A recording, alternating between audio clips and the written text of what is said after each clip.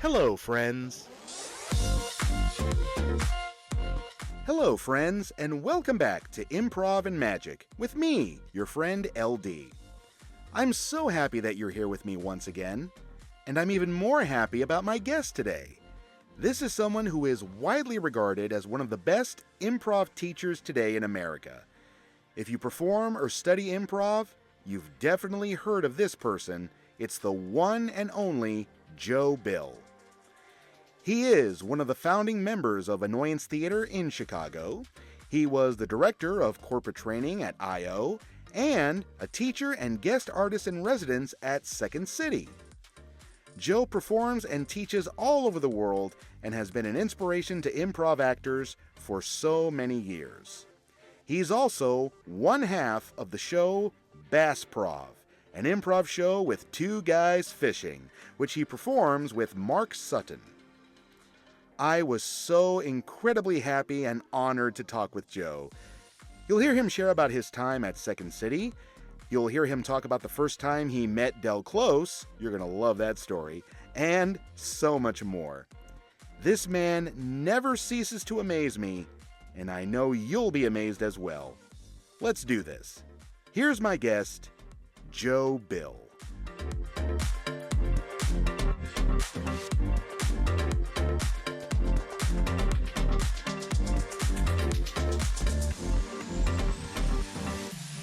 I am very happy to say right now that I'm joined by this wonderful, wonderful human being, Joe Bill. How you doing, Joe? LD, my man, what's happening?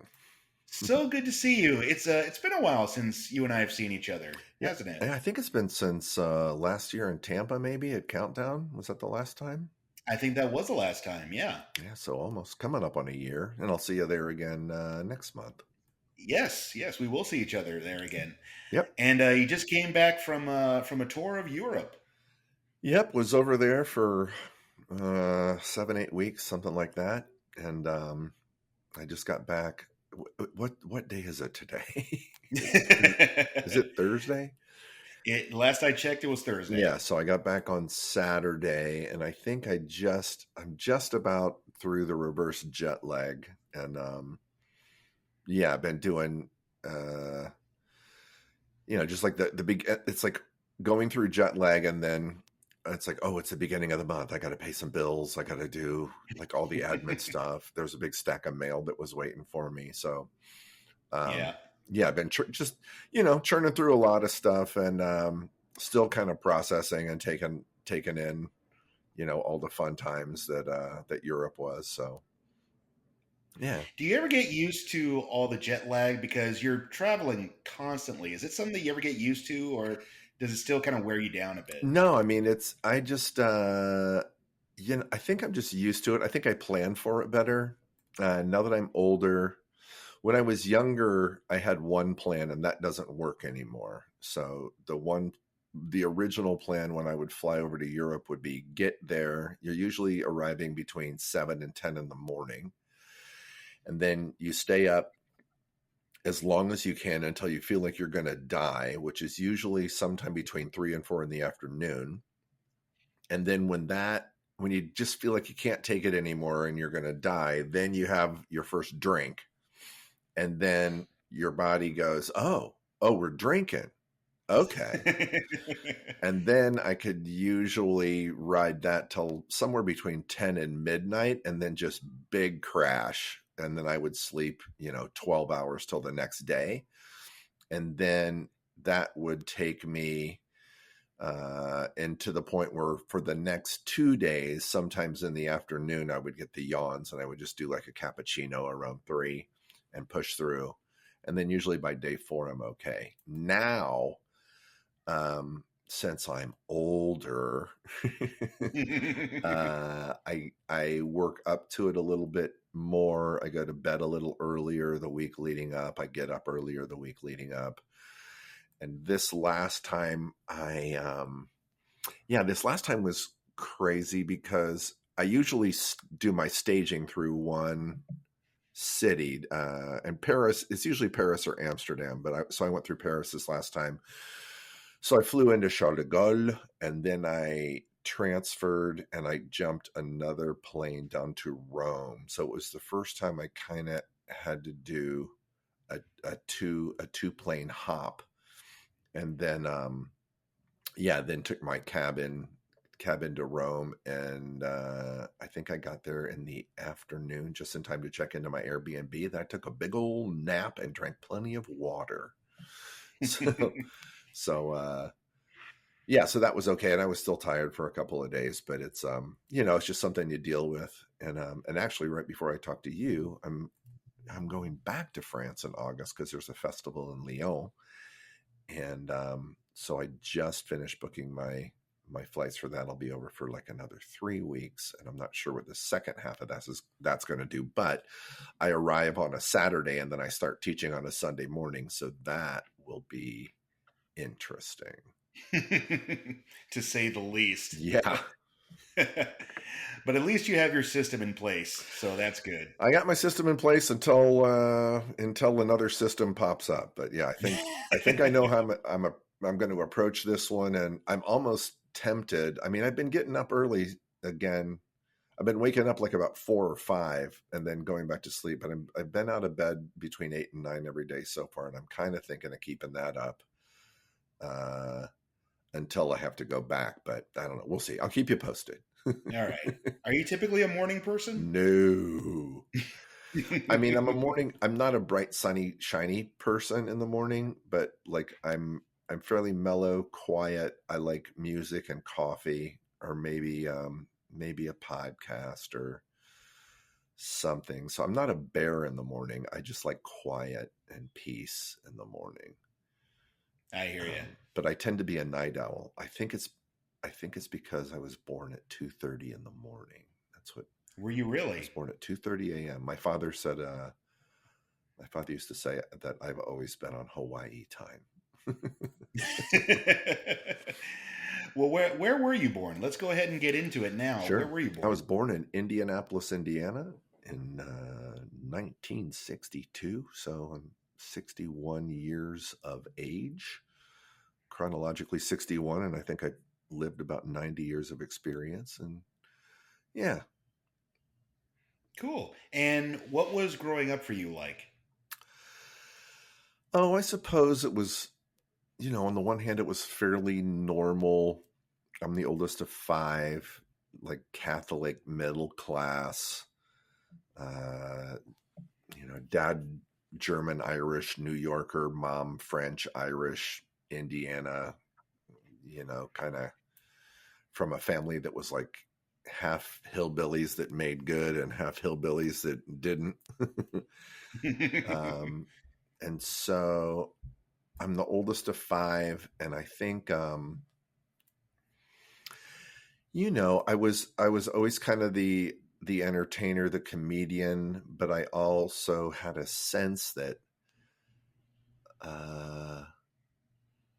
not continuously, but I often had a sense like I was born into the wrong family, and they didn't really know what to do with me.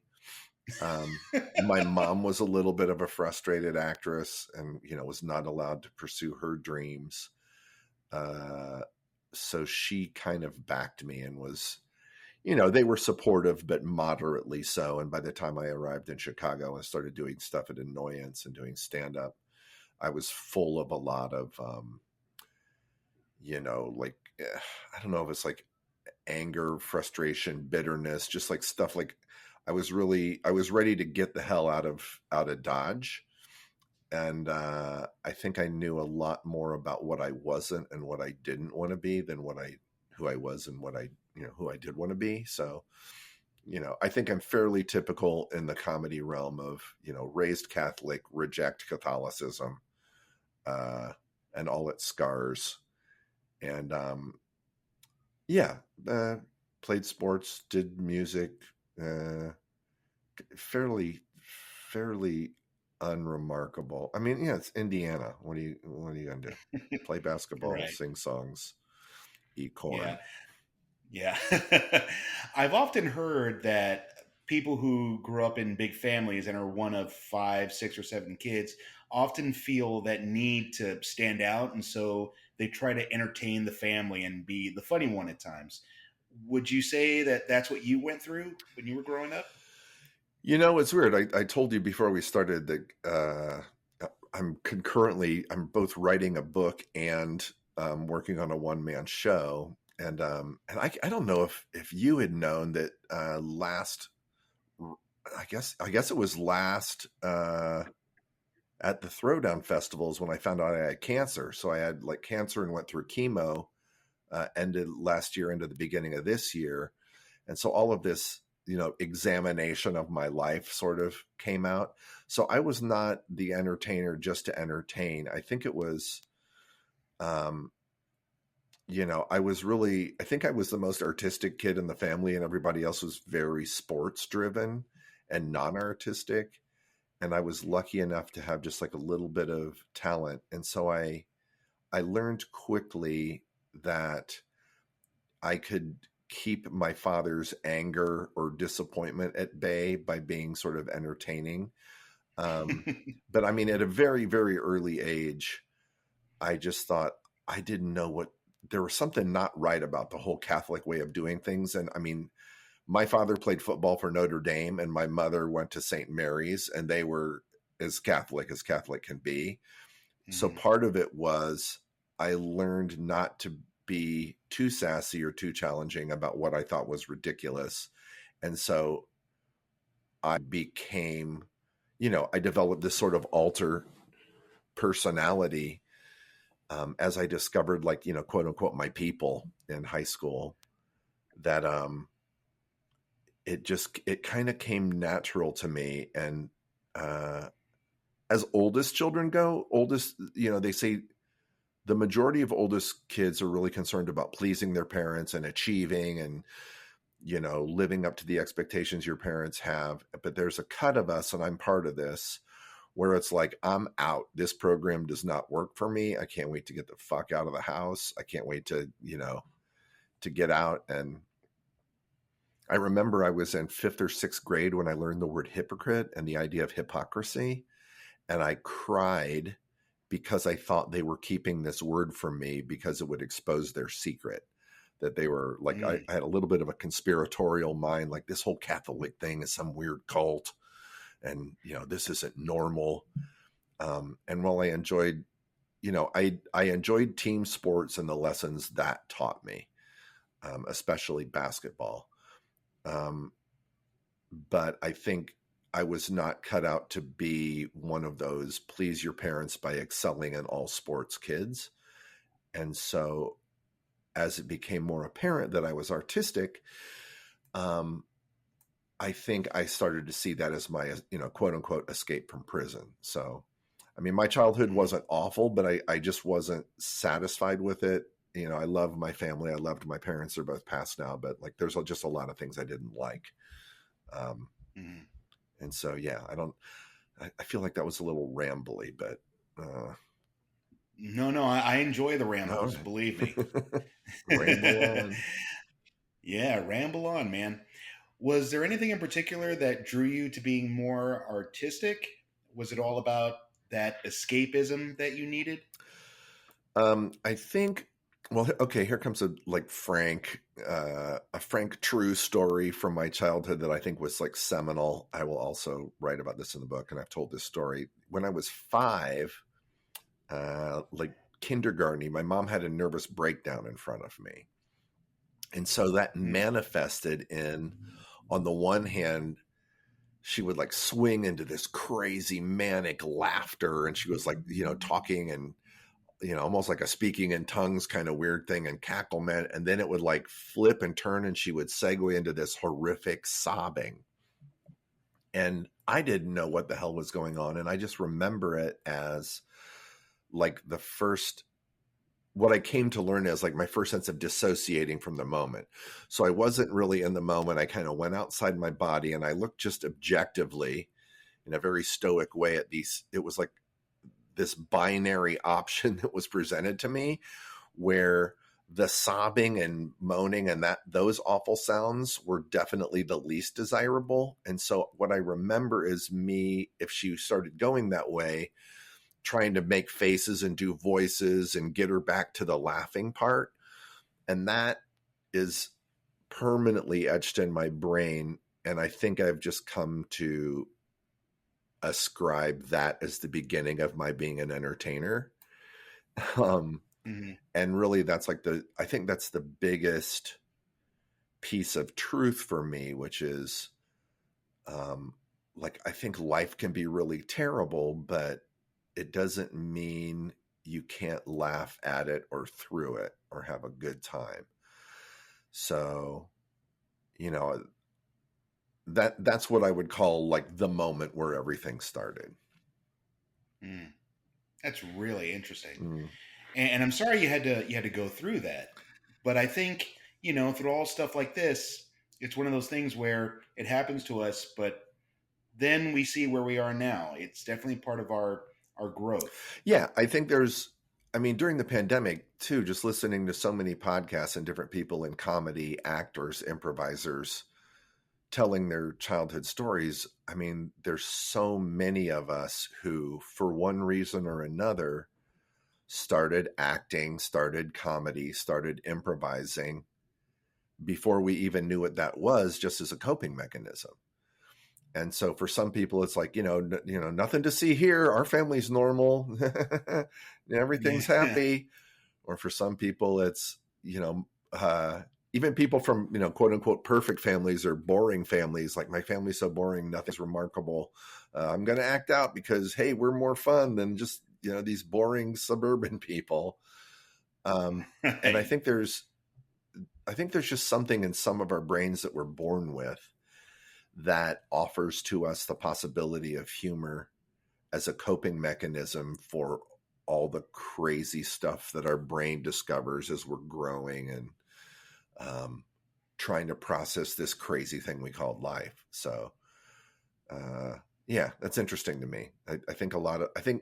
I wonder like what percentage of us are just predisposed to this, and then some of us just sort of manifest the journey through all the, through a series of discoveries in life. Yeah. I think it's interesting how those of us that are in comedy see the comedy as our own therapy first, and later on we discover, oh, wait, it's something that I can actually do for a living. It's an interesting revelation that a lot of us tend to have. Yeah, I mean, I never really looked at it as therapy until I got out of college, and I arrived in Chicago. I started doing stand-up, and I realized that I had this bug up my ass about the Catholic upbringing, and that I was fucked up about some stuff, and I had anxiety about stuff. And I think I was aware that I knew a lot more about what I didn't want to be, but I just had no sense of self or who I was. And so I knew I had to process the Catholic shit that I just had laughed my way through. And so this idea of therapy came to me when I thought, well, I can either pay a therapist to listen to this, or I can turn this into a stand-up act and get paid to tell it. And, that's what I did. By the time I did stand-up from I guess it was 85 to 93. And in my last 3 years of stand-up, I probably had hour and a half, hour and 45 minutes. It was just all rooted in Catholic stuff that I could cycle through. But yeah, and I think improvisation, I associated stand-up as therapy, but not improvisation. I just knew it was preferable for me to create with other people more. It was more enjoyable than just me going out there by myself. And also, like, in my last couple of years of doing stand-up was, like, in a way the worst time of my life, where I was like very self-destructive. The more I harmed myself, the more I was awful to myself. The more like, my marriage fell apart, everything. I was just on the freaking skids. I was just out of freaking control. And the more I was out of freaking control and I would get on stage and kill, the more it just kind of fed itself. And so luckily I worked with a couple of comics who were, were in the programs and stuff, and I would drive them to AA meetings. on the weekends sometimes. And I knew there was a lot of alcoholics and like extreme personalities in my family. And so the end of my stand-up career was kind of recognizing, oh, I've also got this thing. I've got this lack of impulse control thing in terms of spouting my words that also went with a like live fast, die pretty type of mentality. And then it was, so it was as I was ending stand up, I realized, well, it's been a good run, but I think the original idea, like you need to go see a therapist, that's when that kicked in. And so Right. luckily I did that. And kind of never looked back at stand up. And luckily I think I realized it wasn't worth the price of self-destruction to, get laughs in front of, a bunch of people who just wanted to laugh at an idiot. So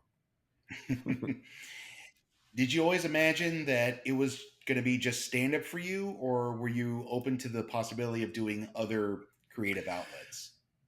I moved to Chicago in 85, and by 88, those of us from our college improv group that would be the Indiana University clump of people associated with starting the Annoyance had also moved up. So I was doing Annoyance stuff and stand-up stuff concurrently for 5 or 6 years through the end of the 80s into the early 90s. And so I was lucky enough to have that contrast of experience with me where I didn't know if stand-up would be everything, but because I saw value in each world. I think that also began sort of a narrowing of my focus down to like, I just need to be in the moment and see what seems to be serving me right now. And then increasingly at the great thing about the Annoyance, one of the great things about Annoyance was there's a lot of people there. Some people referred to us as the island of misfit toys. And so there was a lot of us there that had gone through, abuse and addictions and, all kinds of life shit. And part of the Annoyance game was everybody would give each other shit about whatever their sensitive points were. But then we would, also turn all that stuff into musicals or plays and stuff. And I think it became inadvertently therapeutic to realize that, oh, there's other people who had been through shit that was maybe worse than me or, parallel to me. Not that it's a contest, but it's just like, oh, we're all kind of fucked up. So let's do these shows. And, if the media wants to call us, the shocking cutting edge new theater, like, I don't think we saw ourselves like that. I think we were just processing our shit, in musical form. And, having a sense of community, having a sense of family where all of us were from our own dysfunctional families, but yet that we had chosen each other to be in this one space and had achieved some type of artistic success. It was the beginning of, really understanding who I was and turning that corner out of not knowing who I was or not knowing what I wanted into some type of sense of, yeah, there's something here that I want that involves being part of an ensemble. And then, that took me through the 90s, till the big theater, the first big theater at Annoyance closed. And, by that time I had probably been through 3 therapists maybe, and the therapy piece was in full bloom. But I knew that, improv couldn't be, that therapy is therapy. And though improv or stand up or whatever could be therapeutic, I knew that there was shit I had to dig deep into my brain and, spirit to unearth that is, frankly, I mean, it's taken me 30 years to get through some of it. So, but, no regrets. It's at least there's material in there. Yeah.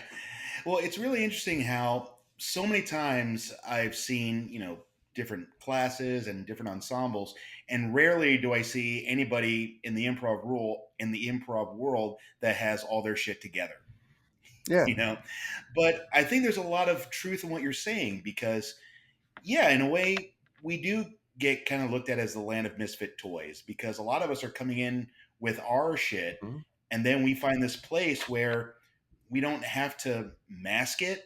We can just go ahead and embrace it and be willing to show people this is who I am.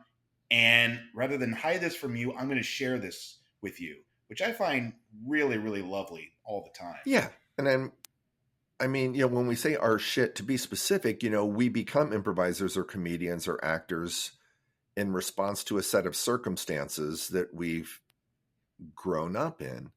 And so now when you remove those circumstances and what you have is a group of people standing in an improv room of some kind who have all had some type of similar journey through circumstances, and now you're making up reality with each other. I mean, especially like scenes. Well, and I mean, and improv games too, it's just improv games are they're set pieces of circumstances with rules that you have to maneuver your way through, and you play by the rules and you break the rules. And, the idea is you get a laugh because that's what you promise people who walk through your door. Right. And then some of the more scenic improvisation that I do, again, you're dealing with a set of circumstances that might be fewer in number than if you're doing like an improv show just made of games or short form, but we're still inventing or discovering circumstances together that we get to navigate together with humor, with intellect, with cleverness, with savvy. And in a way, in terms of brain function, we trained ourselves to do that. We trained our brains to deal with circumstances through our childhood. And now we've just removed the outside forces or the lack of acceptance or the being teased or the whatever. We've removed all of that. And now we have a brain that has neural pathways that are developed that says, give me circumstances. I will deal with circumstances. Please give me circumstances. So, I mean, that's how I look at it. Not to nerd out too much, but again, this will all be in my book, which hopefully will be done by the end of this year. So, how did you discover improv? I was in high school, and I had a teacher named Dolly Davis.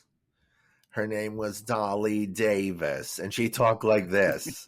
And she like smoked 120 cigarettes, and I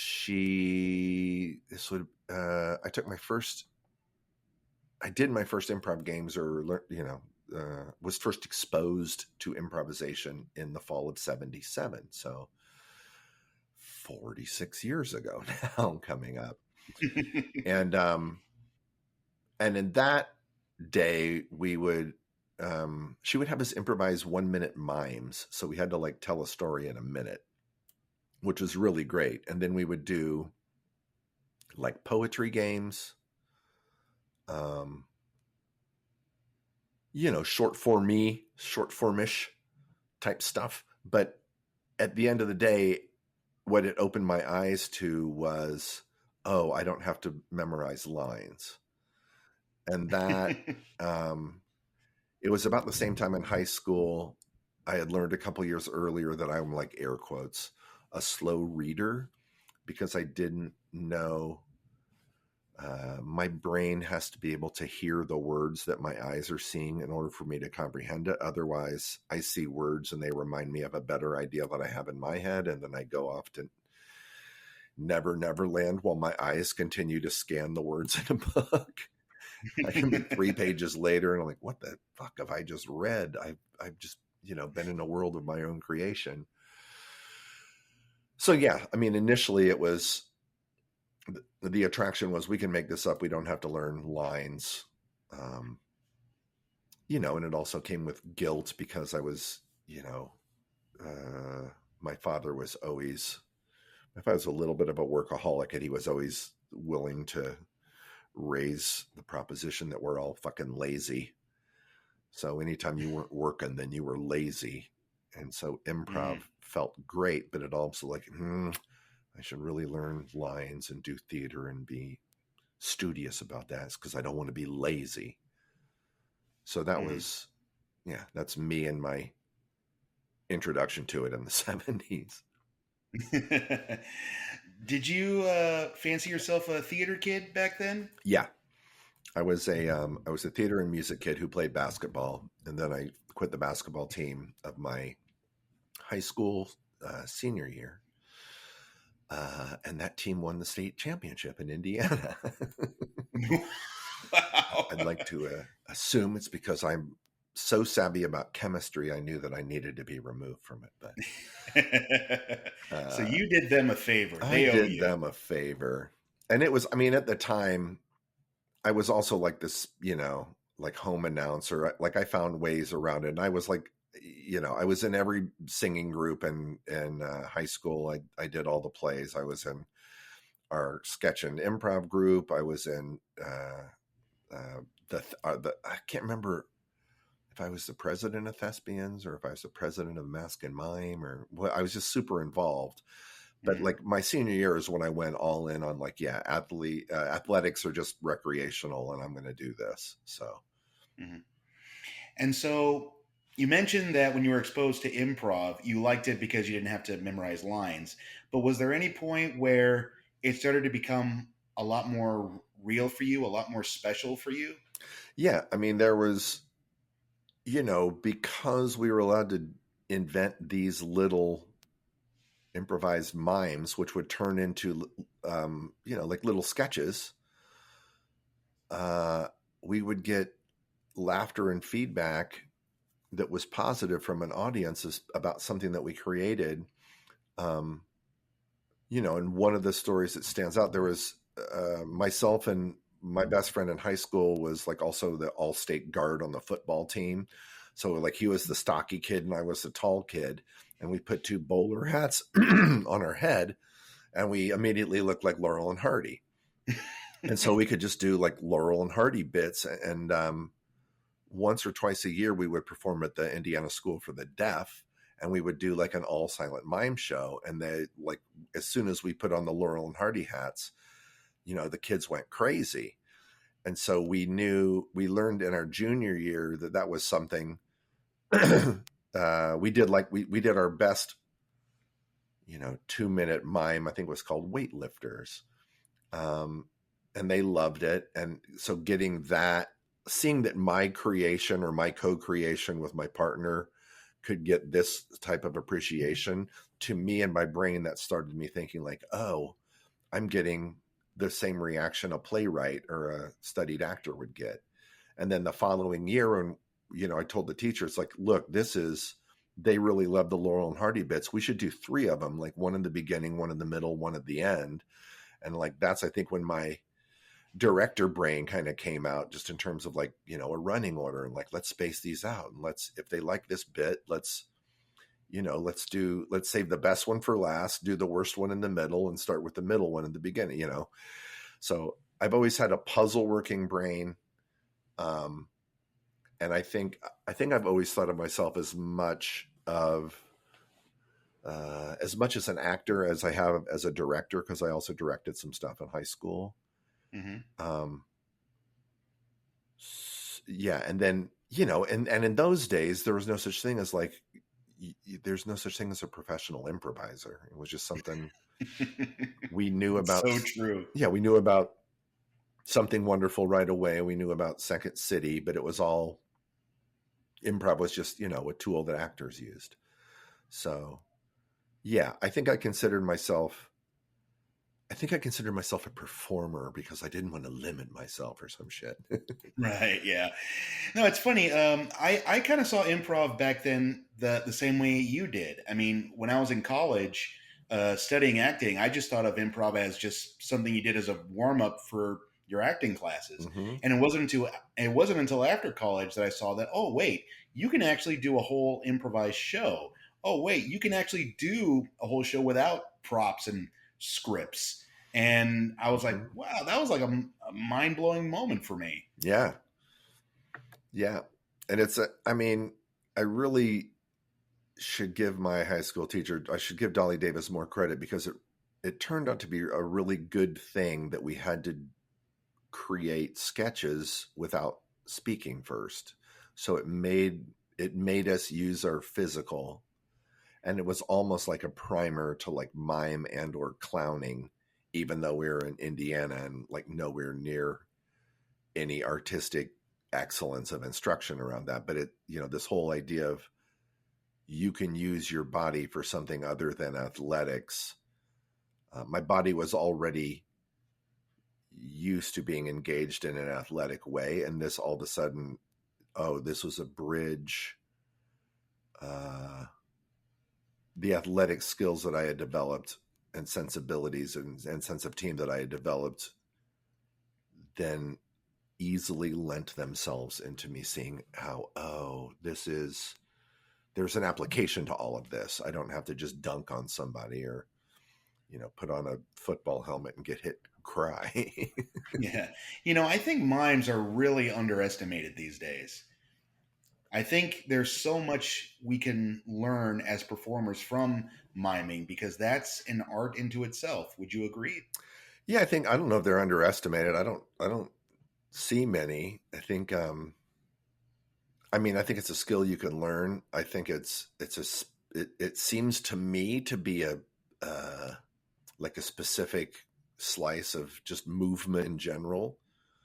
And I think, I did learn some mime stuff from people, but I think maybe like clowning was probably more beneficial to me because some of it is miming, doing pieces of business. But clowning is also like a hyper awareness of everything that's right here, right now. Hmm. And so I think clowning lent itself to being more in the instantaneous moment, where mime was like you're conceiving or contriving a piece that you will then present to people that's practiced and rehearsed and polished. So, Hmm. So, what was it that made you move to Chicago specifically? Second City. To study at Second City in IO. I wanted to study with Dell. I wanted to go to Second City. And then Faith Soloway was my girlfriend in our improv group in college. And she was from Chicago. And, I was quite in love with her. Love her to this day. We're still very good friends. But like, the girl, the career, the bigger city than Indianapolis, it was kind of a no-brainer. Right. You're one of the few people that I've gotten to meet that actually got to work with Del Close. Mm. So, if you'll indulge me for a moment, what was it like working with the Del Close? I mean, it's a big question. I think I definitely learned from Dell. And there's a couple of things, I thought he was brilliant. I thought he was wonderful and awful. But I think, it's like he was so different from my father and so different from like the authority male figures that I had encountered at that point in my life that I'm like, wow, okay, this guy's taught a lot of famous people. Actually, the first time I met him, I think I've told this story before, but the first time I met him, I was with a buddy named Charlie Hyatt. We went up to Chicago. He had a joint that was our passage to get into Dell's apartment, which was right across the street from Second City. So we smoked a joint with Dell. And I had not moved up to Chicago yet, but I was very interested in this whole thing of like improv Olympics and teamwork and improv, and like, oh yeah, my sports background's really good for this. I'll let Dell, know what my background is, and this is why I'm excited to come and work with him. And so we got super high, and we're sitting on his like mattress, which was like on the ground, and um, a moment came where there was like a pause and I said something stupid, like, I'm really looking forward to working with you. The whole team thing was ingrained in me, like in a sports context as a child, I really think, there's something about it that's going to have me, find my place in Chicago in this whole, art by committee before that was coined. And then I like dropped the fun fact as if I would impress him. My dad played football for Notre Dame, and he was holding a joint like about 8 inches from his lips, just like kind of listening to me high. And then there was this pregnant pause, and I could feel his brain working. And he goes, "Oh, really?" And then he takes a hit off the joint, and he says, "Your father played football for Notre Dame, huh? I taught Belushi how to shoot up." And I was like, I felt like, I think just because of that moment is what makes me love South Park, because I felt like every South Park kid going, "Wow." Oh my God, that's so awesome. Yeah. But he was, at the end of it, all I wanted to do, I just wanted to gain his respect. And I did by the end of it. I love the idea, wear your character like a veil. I love the idea that our job is to enchant and horrify. I think play to the top of your intelligence is a horrible overvalued note. I think his idea about don't say the obvious thing, say the interesting thing, is not useful to the way that I improvise. But he also, rejected, even though there's a book about him called Guru, I think he rejected this idea that he really brought anything original to the table. There's a video on YouTube that Brian Stack did. And he's like, nothing I know or nothing I'm about to talk about is original. It's all gathered from my experiences along the way. And he did, when the Annoyance started, he was a big fan and very much in support of us. Like immediately. It took Sharna a while to come around, but she finally did. But he was very clear about people who might go on to teach about us making things our own and teaching what we're passionate about and teaching whatever we could take from him that would help us be a better teacher to, take that. And so that wasn't his constant message, but I got that from him. And by the last time I worked with him, which was at a festival in Kansas City in 97, maybe. Yeah, I had gained his respect, and I knew the couple of things from Dell that, stay with me. But there's other teachers and there's other influences I had that are even probably, there's other. Martin DeMott was more impactful. My cumulative experience with Mick Napier and Mark Sutton and Faye Soloway and the other Annoyance people, that was more impactful. There was a couple of teachers at Second City that I got a couple of nuggets from. Jeff Michalski was one and Michael Gelman was one. But Dell was not, after that moment with the joint, he was no longer sort of mysterious. When I came back to Chicago and started studying with him, I was soon exposed to a guy who would, in a 3-hour class, he would tell old stories for 2 hours and then maybe we would get on stage. But boy, those stories were worth listening to, a lot of them. I bet. And I think he taught me, in the same vein as when I grew up, I think my parents taught me more about how not to parent than how to parent. I thought Dell taught me more about how not to teach than how to teach, even though there's a couple of valuable things I took from him and there's a couple of valuable things I took from my parents. So maybe I'm just contrary. You kind of touched upon something that I hear a lot more of these days, how there are a lot of overvalued things that you hear a lot in various improv schools and from various teachers.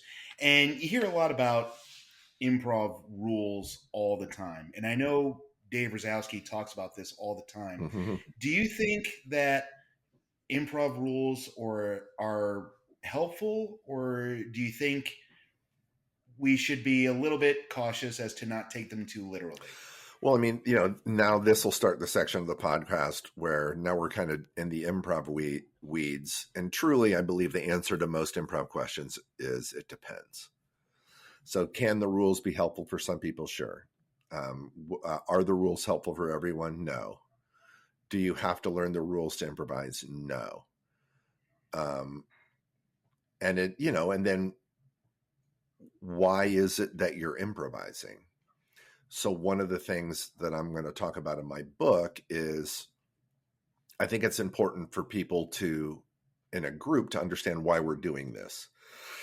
And a lot of times the dynamics in groups break down is because there's different ideas about why we're doing or what we want to, why we're doing what we're doing and what we want to do with that. And so I'm breaking down improvisation, theatrical improvisation into 3 categories, which is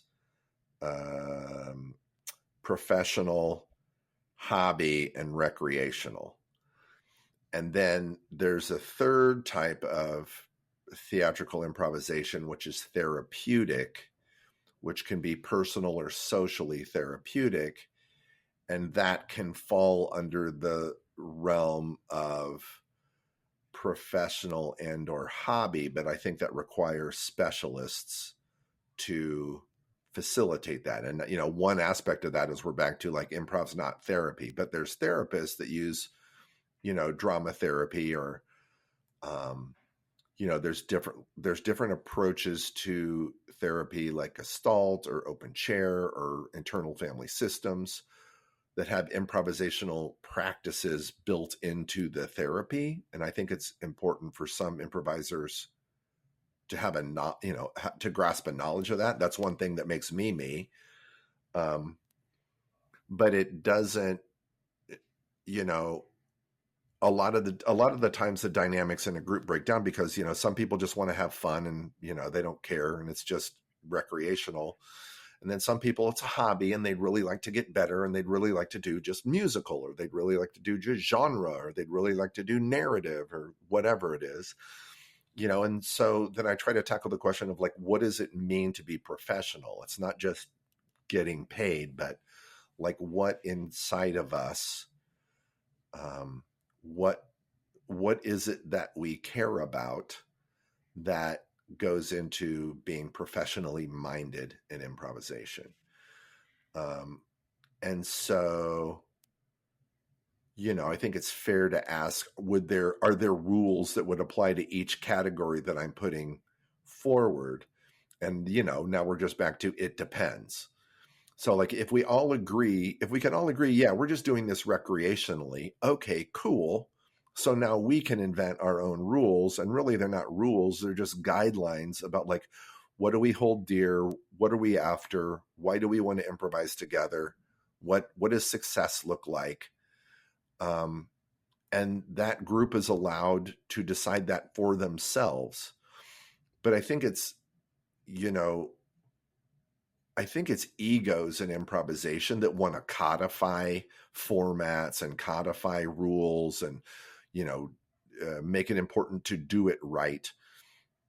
And I just take the point of view that like nothing's original. Everything's been done before. We can come up with a way to do, we can string a couple of devices or things together and, call it a format. But even if a format is quote unquote, quote, unique and never been done before, it doesn't mean that it's original. It's still just making shit up. And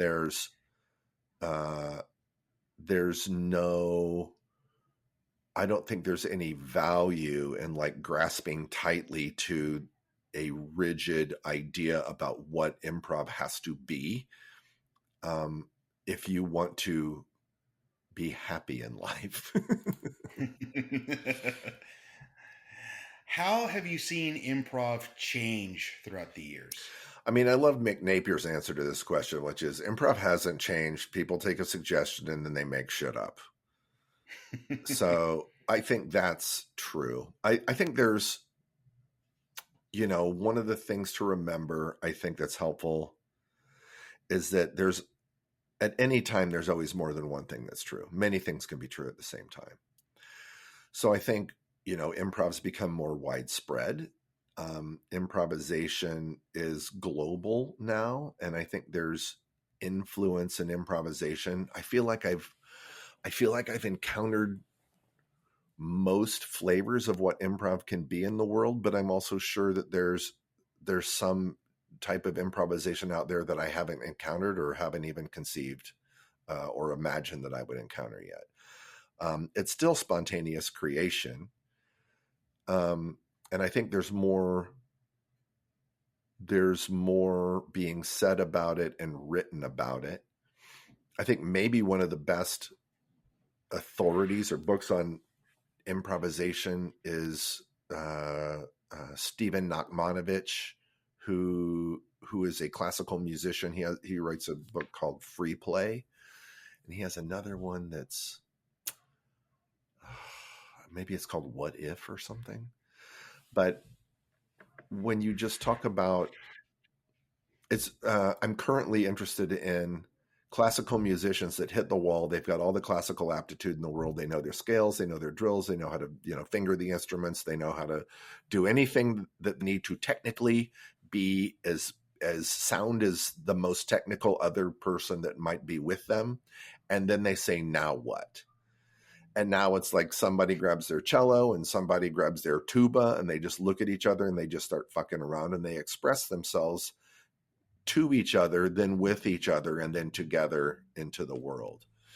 And so I think I got this quote right, where he says, improvisation is what we started doing 5 seconds ago. And even what we're doing right now is improvising. Of course. And I think that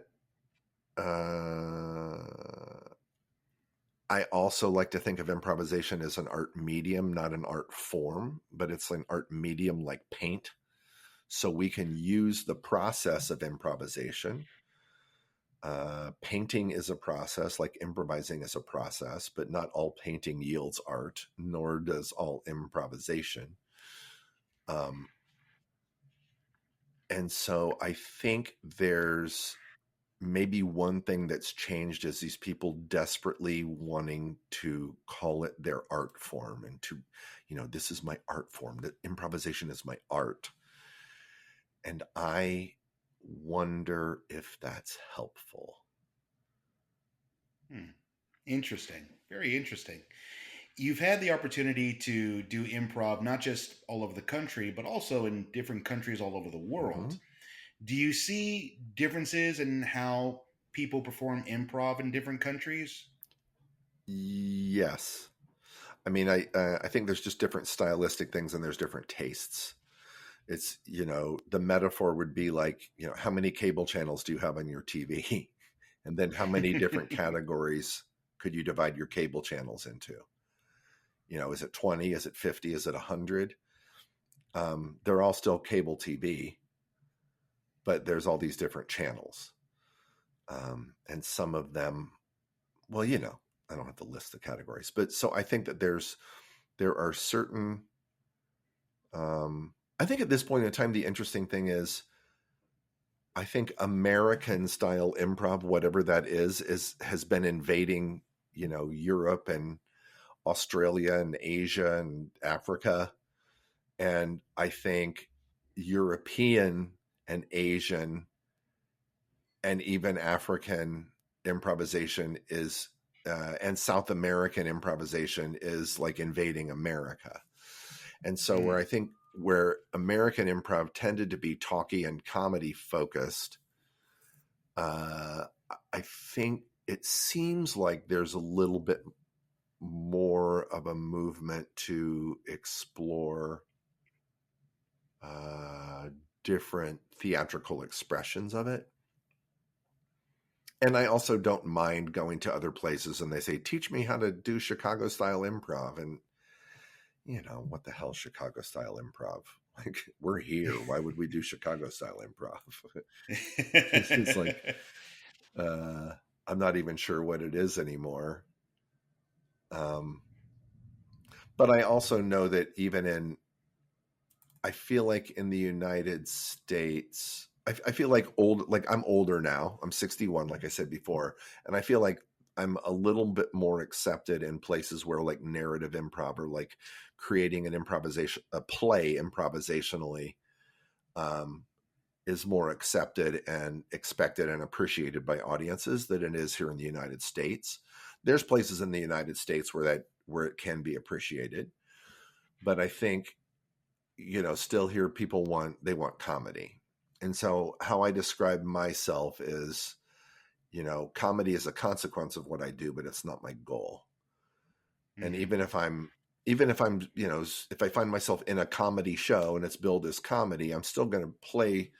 My base of how I play will be the same, but just my instincts, I might grab different tools off my tool belt as the show unfolds. So, that doesn't give you a lot of specificity about what you're asking. Like I think in South America, there's, you can find more physical stuff. Match improv, which started in Quebec, is like all over South America and all over a lot of Europe. And it's like literally, it's like comedy sports on steroids, and it literally takes place in rings, and it's huge. But it's almost like clowning meets professional wrestling. I mean, it's big, expressive, performative, and it's huge, and people love it. And then there's places that are more dark and experimental, and they do a type of dramatic improvisation that they just call it theatrical improvisation, like in Eastern Europe, in Slovenia and Bulgaria. Even in Romania, people, they've got different acting chops because just a generation ago, people's uncles were disappearing for no reason. And so, that's interesting to me. And then there's dance, and then there's, stuff like playback theater, or like Theater of the Oppressed, or Forum Theater, the Augusto Boal stuff. That's technically improvisation, but it's also therapeutic, social justice, social order, but not that prevalent in the United States, even though playback was, theoretically invented. I guess I can say definitively it was invented in upper state New York, but I just don't, I have friends that do playback. I've seen playback, it's not really my thing, but, yeah, I think all improvisation, I think 10 years from now, like all improvisation will be everywhere. And I wonder if there'll be anything new, quote unquote new, given that nothing's new, to discover. Gotcha. Every time I see you perform, what is so clear in your performance is that everything you say and do comes from a place of truth. And it certainly comes from a place of honesty. How crucial is it to have that honesty when you're performing? I mean, for me, it's everything. It's, I think there's a chunk of us who our preference is to perform that way. And, it's one way to improvise. It's a way to improvise. It's not the way to improvise. But we're definitely a smaller chunk of people, and maybe that chunk of people that value that is growing. My guess is there's more people today that value that and that are pursuing that than there were even 10 years ago. But I think, Mark Sutton and I were the first ones to say, we're just going to sit in a chair and pretend like we're fishing for an hour and just keep it honest. And I think at the time when we did that, we didn't realize how foundational that was to, a branch of improvisation that, that is more theatrical. I think TJ and Dave try to keep it honest. I think Weird Ass, I think they try to keep it honest. And all you guys that do solo improv, I don't know how the hell you can do anything but, like keep it honest. And I don't know how you keep anything straight. I mean, someday you'll be old, young man, and you'll see. I'm getting there. Is that literally how Bassprov started? Just you and Mark saying, let's just sit in chairs and pretend to Well, fish? it started in our late night show, The Screw Puppies. And I think The Screw Puppies had been down to the Miami Improv Fest before. But it was our late night improv show in the 90s. And I guess it started like 93, 94, something like that. And it was a midnight show, and we all, the basic format is we take a suggestion at the beginning of the show that we say we're going to ignore. There's 2 cases of beer backstage. And by the third scene, somebody will be fucking a pig. and then we all take turns on lights, and everybody has 7 minutes on lights. And so part of the fun of it is if you're on lights, you can just leave the lights up for your whole 7 minutes, or you can fuck with people on the lights. And so there was always a little bit of an edge of us fucking with each other, on stage, backstage, off stage, from the lights, whatever. And so one time Mark and I went out and just pretend like we're fishing. And whoever was on lights, they just left the lights on. And then we just found these guys, and it was slow, and Screw Puppies was fairly fast and quick and, vulgar and dirty and, midnight Saturday. Right. And they just left the lights on, and we did like 10 freaking minutes of just 2 guys sitting in chairs with, mime fishing rods. And then everybody was but I mean, a lot of people were in back and just like, oh, great, that, way to bring the show to a halt. But the audience dug it. They loved it. But, it became this thing that whenever in an annoyance scene, in any annoyance show, a lot of times there's little pockets of improvisation built into the show itself. And anytime anybody was too indulgent, or they milked a scene longer than was, advised, they called it a fishing scene. And so whenever we would bring these guys back, sometimes we bring these guys back, and whoever was on lights would like take us right out, like in 30 seconds, it'd be like, boo, we want to see them.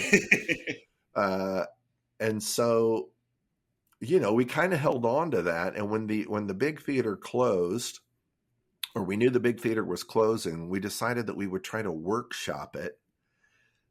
This would have been like 99 or 2000. At IO, there was a thing called Slugfest where you could just like workshop stuff, like a 20-minute show.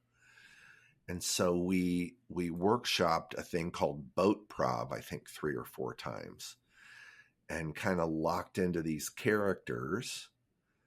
And then we got invited to do it first at like Improv All Night at Chicago Improv Festival, like at 3 a.m. or something, packed a house, turned people away. And getting ready for that, I guess as we were going through Slugfest, it's like, should we just like do a fishing scene and then jump out of the boat and play scenes based on that? And it's like, nah, fuck it. Let's just sit there. Let's just sit there and keep it honest and be fishing, and just make people watch us for an hour.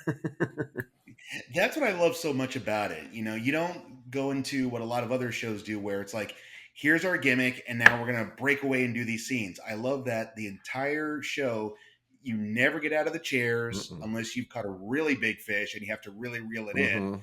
And it's just the 2 of you sitting there the entire time. Nothing feels more honest than watching that. I always get such a kick out of that. Yeah, thanks. I mean, it's shit, we've been doing it for 23 years now, and it's I think Mark and I are both from Indiana, and he's from a small town where ironically my dad would go to work every day. Like, my dad was a sales executive at a company that made clutch plates. So there was a factory and they pressed clutch plates, and then he would drive up to Detroit and sell them to Ford. And I think, the one thing about Indiana was like honest days work for not honest days pay. So there's little Indiana-ish things of the time that we grew up that are sort of rooted in these characters. So the idea, like, keep it honest days work for an honest day's pay, was sort of foundational in the, ethic of the piece, I guess. And I think we decided that, without saying it, I thought we knew it would be funny because we've been playing together since college and all through our Annoyance years. We knew we were funny together on stage, but we also wanted the acting challenge of being able to hold an audience's attention and delivering a compelling one-act play with two guys fishing. And after all the success we had at the Annoyance, doing all the crazy potty mouth shit that we did, it just seemed like the next thing to do as we were ending our 30s and moving into our 40s. And luckily or skillfully or whatever, it worked. And I think that's somewhere along the line, the decision or organic discovery, keeping it honest, became apparent to us, because there was also times where we would do a jokey show, or we'd try to do bits, and it just, we could tell the difference. It's like, nope, not the same show. That was, it's a couple times we'd be a little bit drunk and we'd get a little loose and just try to cut up and shit, and people weren't buying it. They literally want to see, in most of our country, people have driven along a country road and seen a boat with two guys fishing and thought to themselves, I wonder what they're talking about. And so it just simply has to be that. When you're doing Bassprov, what's your beer of choice? Well, the official beer of Bassprov used to be Busch. And so now I don't think it matters so much. It needs to be cans, not bottles, because you don't put bottles in a boat. Right. And neither one of us, drinks as much as we used to. And so sometimes it's just like, we'll each just grab a tall boy of whatever there's a tall boy of, and we'll just drink that. So yeah, the beer of choice thing has gone out the window, probably somewhere between 5 and 10 years ago. Okay. I know the answer to this next question will start again with the words, it depends, but I'll ask it anyway. Okay.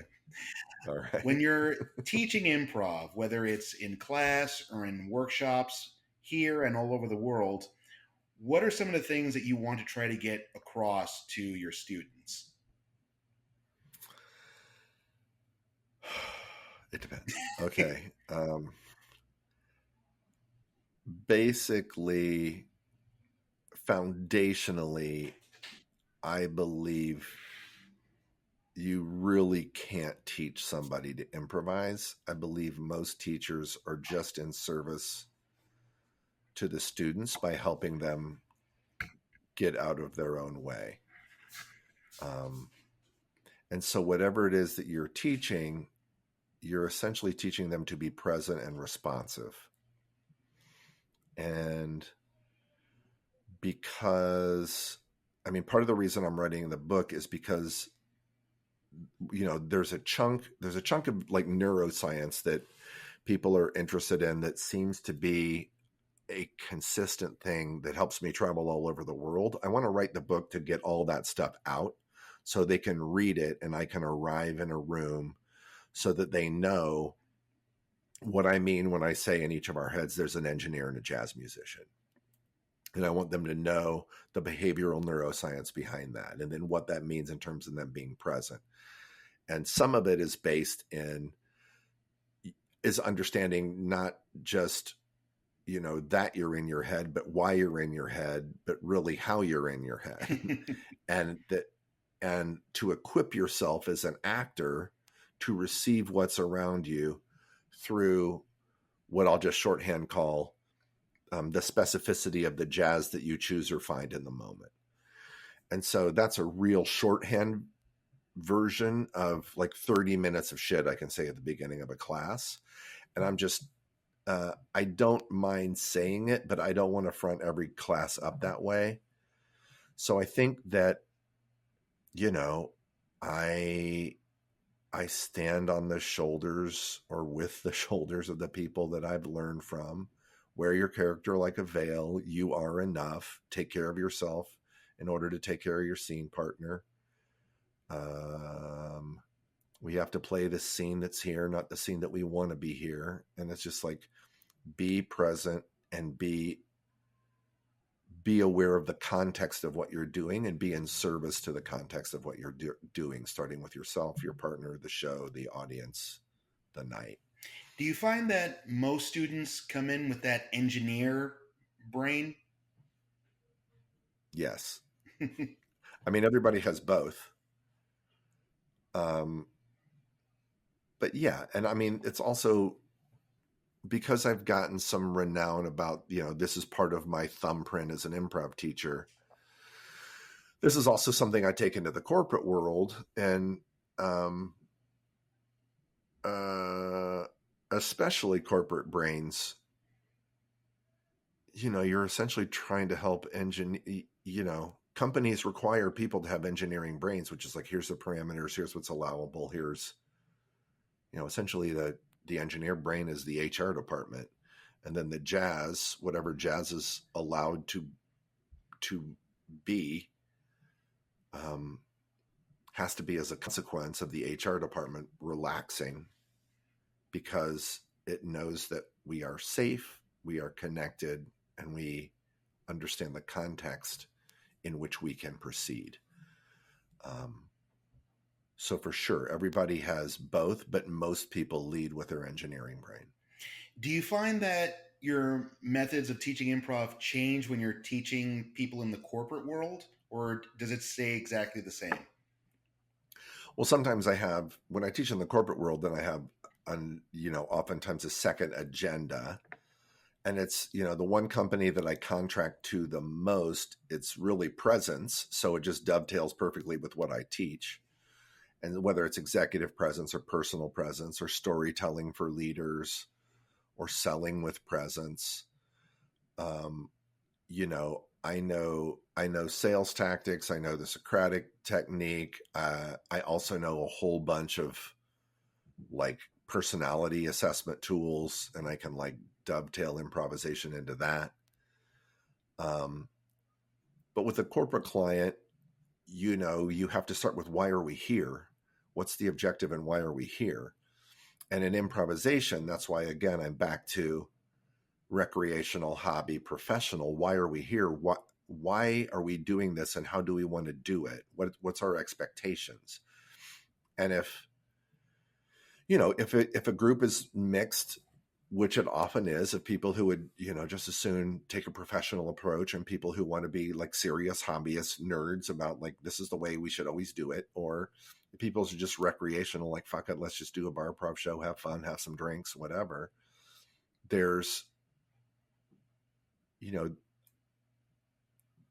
it's interesting to me what could happen if there was a conversation about, you know, maybe we play in different ways on different nights. Or maybe we align ourselves with people who want to play in the same way. And part of what I'm interested in is facilitating a wider array of professionally minded improvisers. And, you know, that's going to take, you know, me plus 100 other, you know, teachers or improvisers who are like of this mind. But I'm going to present this stuff not as this is what we have to do, this is what we need to do. Just like, I'm going to present it as, here's what my thinking is, who's with me, what are other thoughts. And you know, and going back to your question about how has improv changed, I mean, I think there's far more there's a far greater number of improvisers in the world than improv teachers in the world. And I think per capita, there's a far, far greater number of great improvisers than there are great teachers. And, you know, some of that is rooted in, I try to always, at least a couple times a year, take another improv class from somebody else, young, old, different, other country, whatever.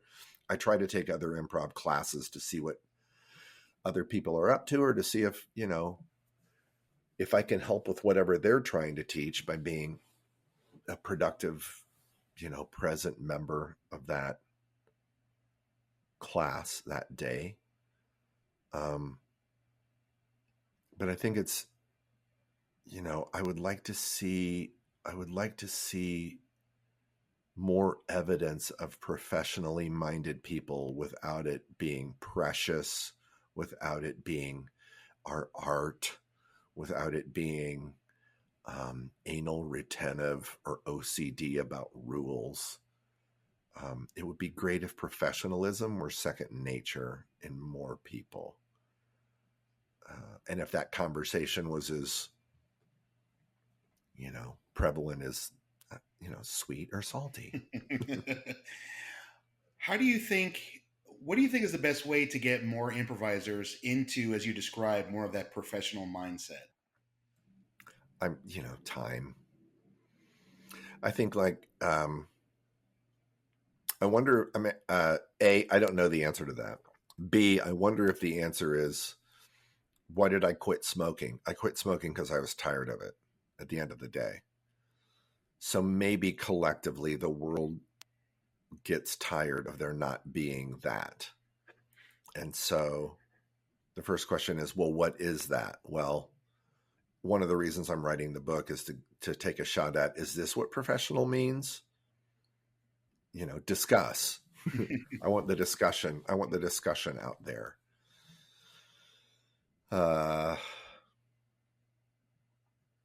But for sure, it has to be something that evolves organically. And I'm only, you know, I'm one tiny, tiny goldfish in a giant ocean. So in other words, it depends. It depends, LD. It depends, LD. So, you know, you've obviously experienced a lot, you've seen a lot, and you've gone through so much.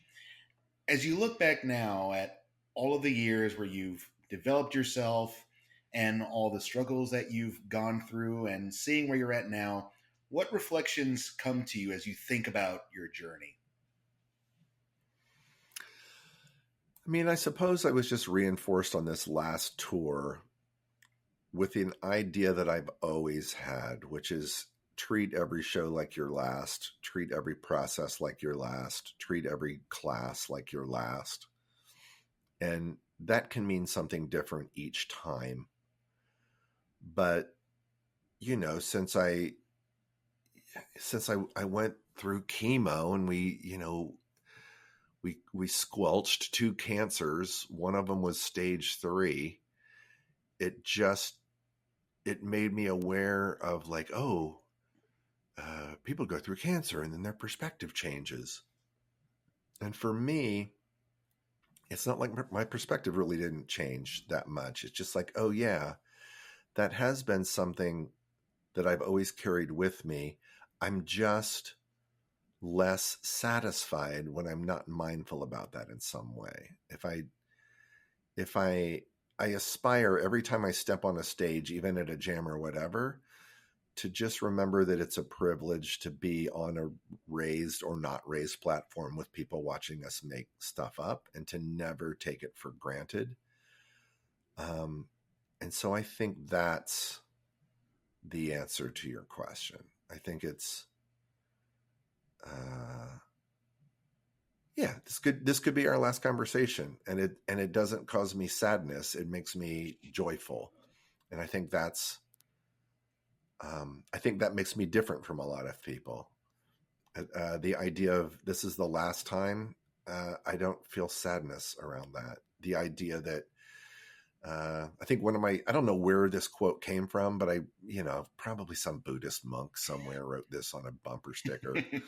But I love the idea that to know how to die is to know how to live. And so for me, that's, I know how to die. And it's, like I told my doctors, it's like, they're like, you have to take care and rest and remember you're fighting cancer. I'm like, I'm not fighting cancer. You're fighting cancer. I'm dancing with cancer. It's like, I'll dance my ass till it fucking chokes me out and sends me on my way. But that's truly how I feel. And so in a way that speaks to, experience in improv, that, the 1,000 or more shows that you do where you suck and you die on stage. Those are better teachers than anybody standing in front of a room saying 2 on stage.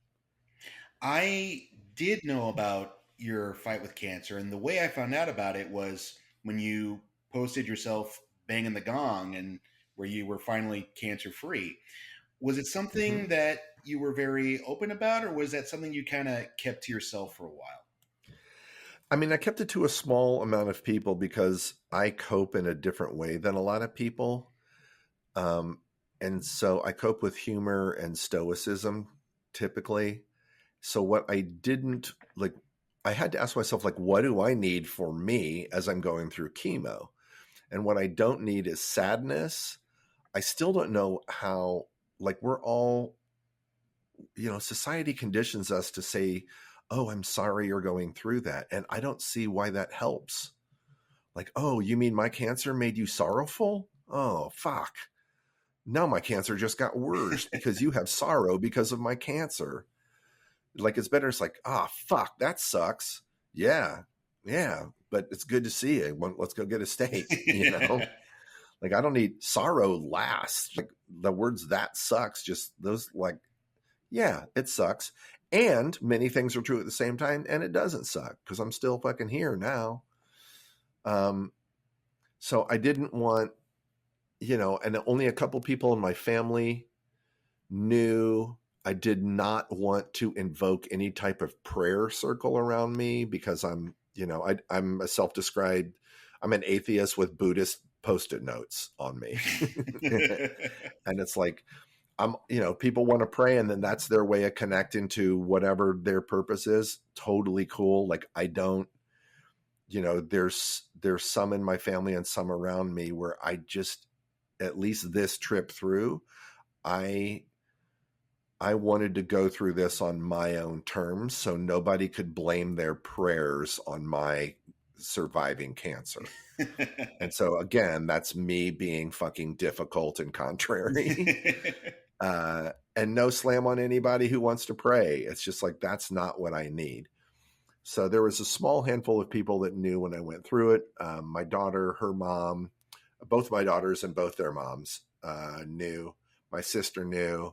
And then a couple of other people who had been through it before who, could engage in sort of trench humor. But going through it and, being in a hospital that's a little Catholic flavored, I discovered all the shit. I mean, I had 3 cancers and I still have like a little prostate cancer, like old men have, that's nagging me. So as soon as I found out I had 3 cancers, it's like, oh, fuck. I'm in comedy and I have 3 of something. Well, now I got to do a show. Because comedy's in 3s, as we all know. Comedy's in 3s. So yeah, I want it to be, I'm fine with death. And when I die, I die. And I, part of me believes that the people dying have it easy. Those of us that have to stay here, we have the rough job. So I can, I can miss people, and I have friends that are sick and battling cancer right now. I got a buddy in the hospital who just got a new liver a week ago. And, it's like, I've seen people die. I've been around a lot of, death and shit in my life, but I think it's, Studs Terkel, the Chicago writer, said this, like, death is the new pornography. Nobody wants to talk about it. And I've done a couple of storytelling shows when I'm, I like talked about cancer and, I referenced Tig Notaro. When Tig Notaro found out she had cancer, she went on stage that night and did like, you're not going to do a better whatever it is, 7 or 8 minutes that you can find on YouTube of her just like, yeah, I got cancer. It's okay. It's okay. No, it's okay. Really, it's okay. But you say that, and if you want to feel collective breath leaving a room, stand on stage and open with, so I just got done with chemo. It's okay. This round goes to me. That's always a reaction when you bring that up in front of an audience. Yeah, and I think largely, humanity doesn't want to deal with their own mortality, and in a way that could be the root of all of our problems.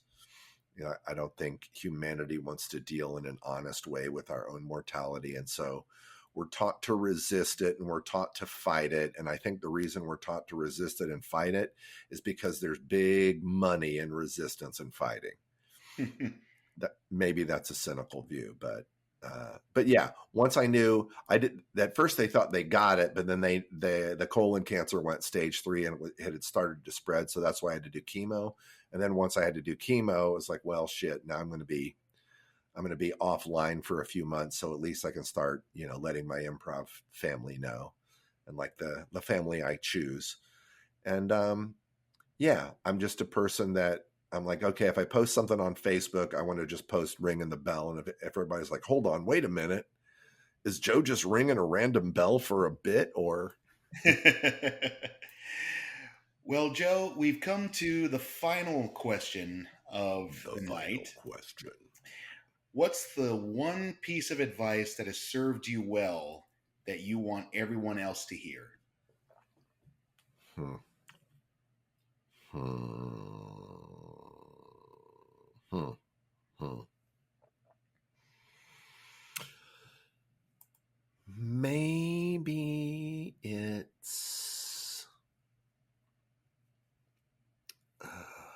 Maybe it's like own your shit. Maybe it's own your shit.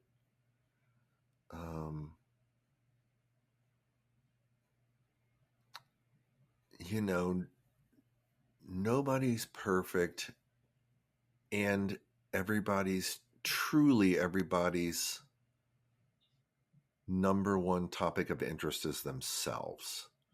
So especially in this world where, we're in the arts and there's egos and there's damaged people and there's, fucking just like any other, I guess just like any other walk of life, there's people, there's on your way up, people will try to knock you down once you're like up and doing what you want to do and doing what, I've been successful since my 40s in that every penny I make doing something I love. And I'm also kind of ruthlessly attached to the idea of just remaining middle class. Because we ever talks about like the shrinking middle class. But I think owning your shit just means don't bullshit yourself to get rich. Don't bullshit yourself to get famous. Don't bullshit I don't want to fucking move to LA. I don't want to fucking move to New York. I like visiting New York. I don't like LA. And what my shit is, I love live theater. I love live improvisational theater. I like creating something on stage with others for a night and then it's gone. I like that. And in doing that, and Mark Sutton doesn't get enough credit. I mean, Mark Sutton's the one that said we have to play the scene that's here, not the scene that's we want to be here. To me, that's owning your shit. And so you're going to make mistakes along the way. You're going to fuck up along the way. You're going to do shitty shows along the way. You're going to do good stuff along the way. You're going to fucking grow along the way. You're going to slip and fall. You're going to hurt people. You're going to make people cry. You're going to make people joyful. You're going to make people grateful. And all of that is your shit. And so if you can just accept yourself like as you are, and accept people as they are, in the moment right now, and try to minimize hope and expectation, and then just be true to you and what you got going on.